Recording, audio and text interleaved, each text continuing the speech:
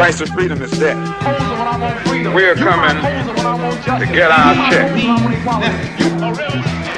Black first, my brothers and my sisters. Welcome to the Afro Elite YouTube channel. I'm your host, Afro Elite. Before we get started, please make sure that you guys hit that subscribe button, like button, share button. All of that helps the reach and the growth of the channel. And for everything you all do, thank you very much. Now, this story right here, a lot of people are really not talking about the way it needs to be talked about. This story reflects on not only the city of Chicago, but really the judicial system in America. This is a story of an 18-year-old. He was 18 at the time, and he was convicted of murder, sentenced to over half a century, sentenced to 76 years in prison for a crime he didn't commit, and he got exonerated. But the thing is that he got exonerated because the eyewitness who testified against him was legally blind.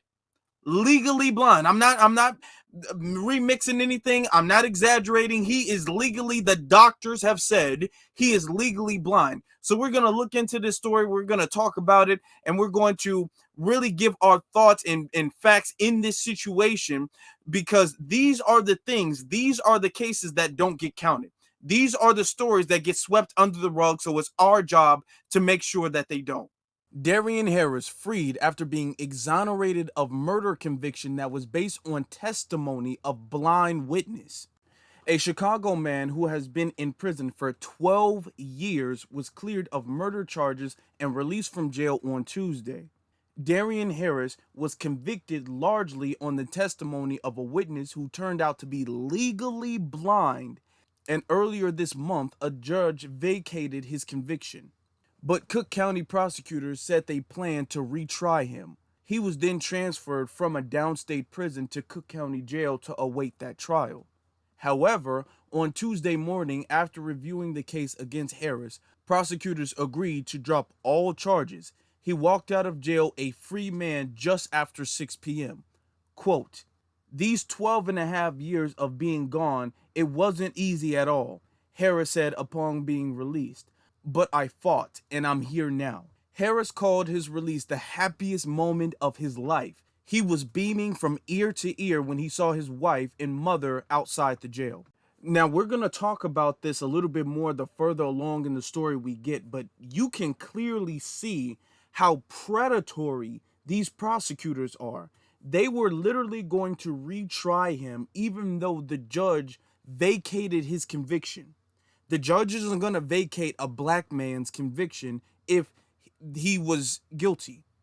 If you persecuted him, you convicted him, and the judge looked at the evidence and vacated him, the fact that the prosecutor is so bloodthirsty to even think to retry, and the only reason they did it is because of the fact that there would be no evidence to retry him. It'd be it's a waste of time to even retry him given the evidence and the fact that he's been vacated. Who's going to convict him after that? So they had to drop it, but they didn't do it out of morality, or they do it after reviewing the case and being all like, oh, well, it looks like he really wasn't guilty, because guilty or innocent, prosecutors still want to prosecute. Here is a brief video of him speaking right after being released. I want to play this clip because he speaks on the situation, how he feels, and what it took for him to survive. Copyright disclaimer. Under Section 107 of the Copyright Act 1976, allowance is made for fair use for purposes such as criticism, comment, news reporting, teaching, scholarship, and research. Fair use is a use permitted by copyright statute that might otherwise be infringing. Nonprofit, educational, or personal use tips the balance in favor of fair use. Outside as a free man, you're wearing regular clothes. Happiest moment of my life. Happiest moment. What's your word to everybody? Huh? What's your word to everybody who's still fighting? I fought. Just keep on fighting. Everybody just keep on fighting. Never give up. And then don't stop here, though. It don't stop here at all. There's a lot of more people to free. You got my uncle. They still don't want to let him go. Jodell Ford, Mark Scott, Darnell Wilson, Samuel Kareem, Michael Sullivan. And the list goes on. I keep on going. It's a lot of people, though. All right. Congratulations. All right, thanks. I don't know any of the men that he brought up. I'm not sure about their situations and what that might be. But if it's anything similar to what happened to him, I'm sure that they're innocent. I'm almost sure, just based off of the fact that he's saying it and how innocent he was, and he probably knows more details about that situation, about those situations, I'm sure that all of those men are probably innocent. If I was a betting man, I would bet that those men are innocent and they're falsely incarcerated just like he was. Now, it continues to say, before Harris was freed, his mother expressed her joy too. Quote, "This is the best Christmas gift ever," said his mother, Nakisha Harris. "I feel like I'm dreaming. It doesn't feel real. I guess once I hold him in my arms, it'll be real." Darian Harris's attorney, Lauren Myerscough-Wheeler, said they were thrilled that prosecutors agreed to drop charges after reviewing the case over the past couple weeks. Myerscough-Wheeler said Harris now plans to go to law school so he can help others who have been wrongfully convicted clear their names. Quote, "He had to grow up largely in prison, but he remained so positive. He is such an inspiration to so many," she said. Harris, now 30, was only 18 when he was arrested for the 2011 murder of Ronald Moore at a gas station at 66 and Stony Island. He was convicted on a bench trial in 2014 and was sentenced to 76 years in prison. Now, for people who might not be aware, a bench trial is where the judge determines, based off of the evidence and the prosecution and the defense, a judge is the one who determines if the defendant is guilty or innocent, not the jury. You have the jury trial, and the jury, they go back and they deliberate and they come back with a verdict. But in a bench trial, the judge is the one who gives the verdict. It continues to say, Harris's lawyers said the prosecution's star witness, Dexter Saffold, was legally blind, a fact that they were not aware of at his trial. They said Saffold lied about his vision at trial.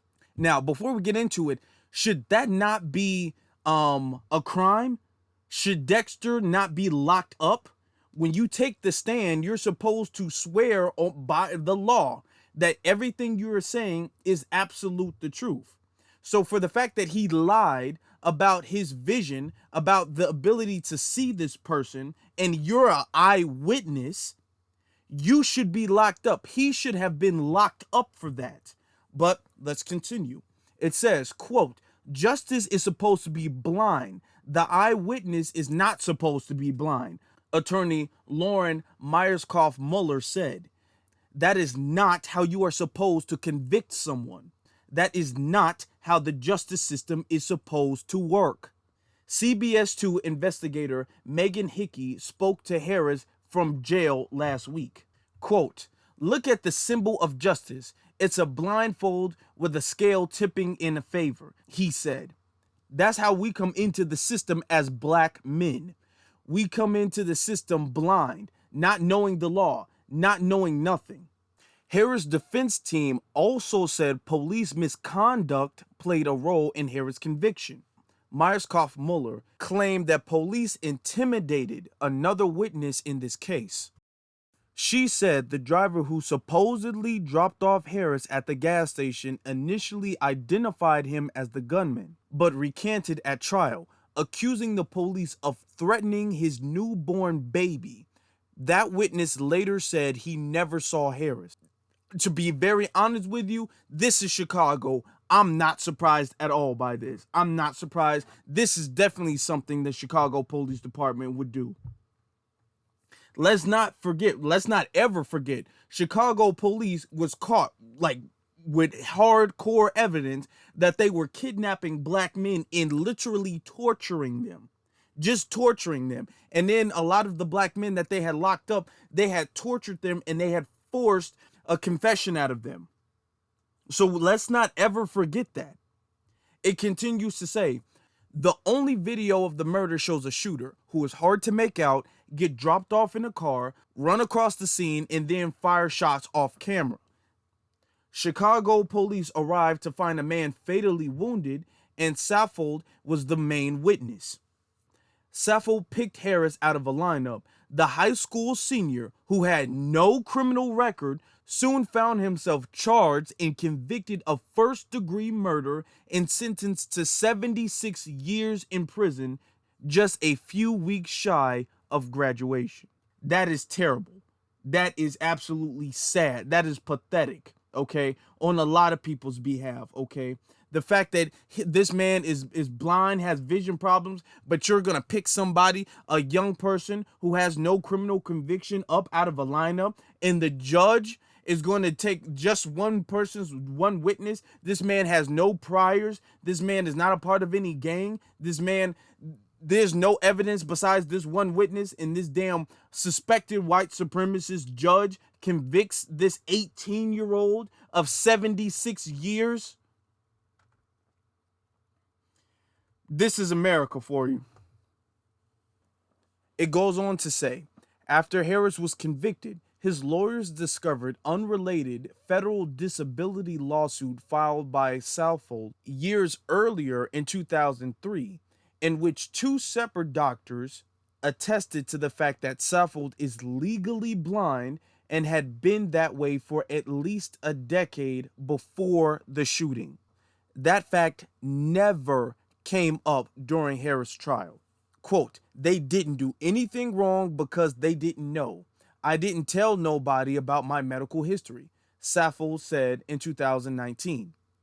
Well, here's the thing. The fact that you have a vision problem and you're being an eyewitness and lying on the stand and you're convicting somebody, ruining that man's life, and you know it's a lie, you need to be in prison. But we're not going to take that off of the police either, because the prosecution should have known that. Okay, if Harris was able to figure that out later on, and his lawyers were able to figure that out later on, that you had disability lawsuits that two separate doctors said that you could not see, then that evidence should have been brought up in trial. Where was Harris' defense? His defense team, when he was convicted, more than likely was public defense, and you can clearly tell how incompetent public defense attorneys are.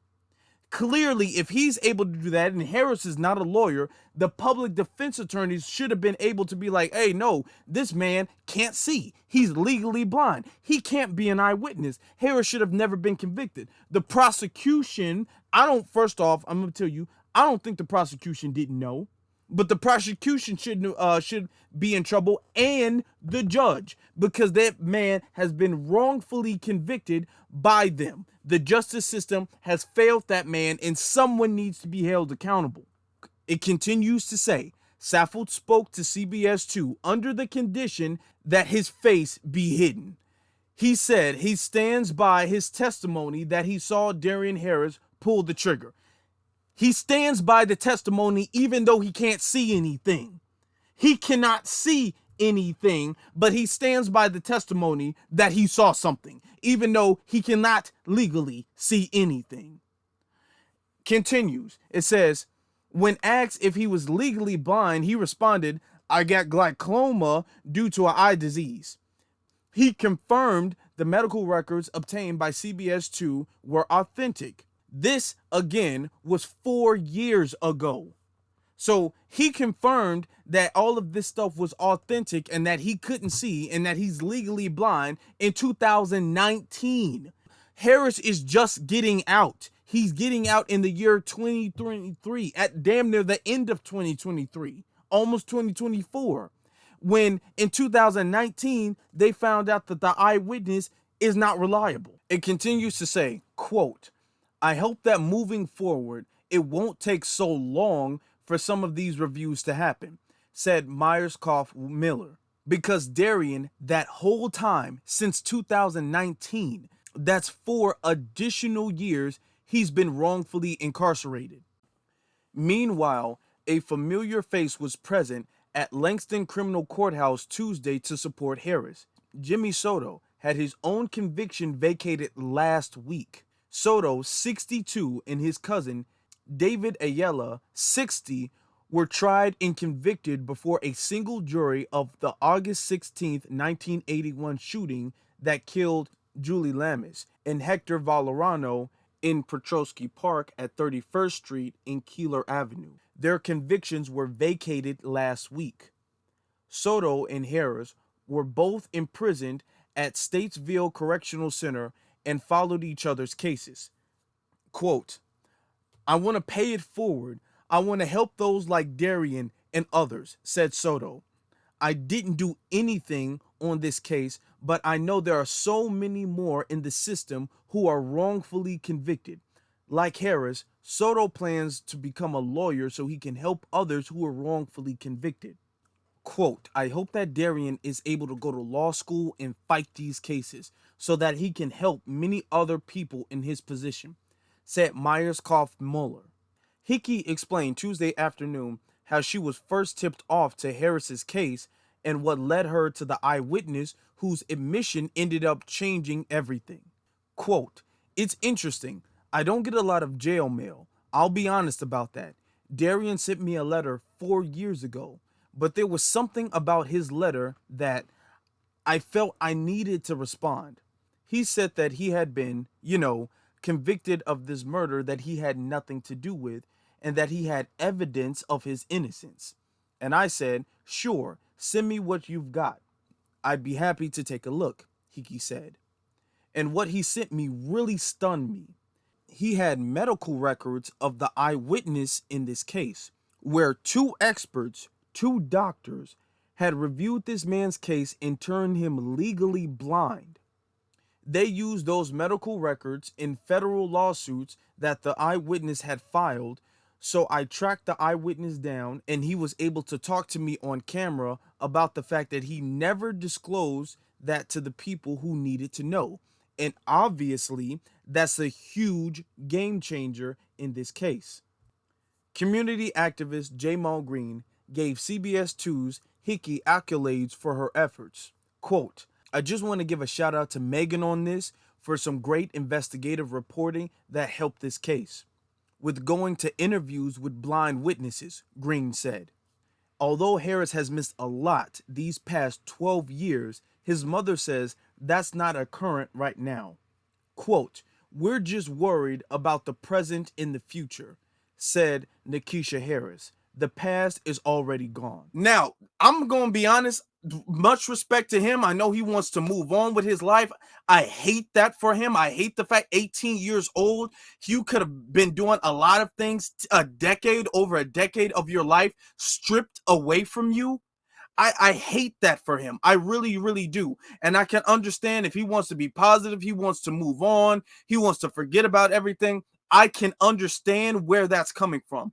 That being said, though, somebody needs to be punished. That man should not have been locked up for 12 years. He shouldn't have been sentenced at all. Somebody needs to be locked up, okay? The judge, now, I Googled the judge. This is a picture of him. His name is Nicholas Ford, and it's important that we keep a visual of these judges. We keep these judges on our radar. We have to keep a list of judges who are like this.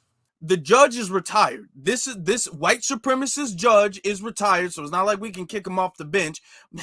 I tried to find the prosecutor who prosecuted this case. I couldn't find out the prosecutor who prosecuted Dexter, somebody. First off, all of them, really, to be very honest. And then the police misconduct about them threatening newborn babies. What is that? Who did that? What is that about? And I believe that to be true.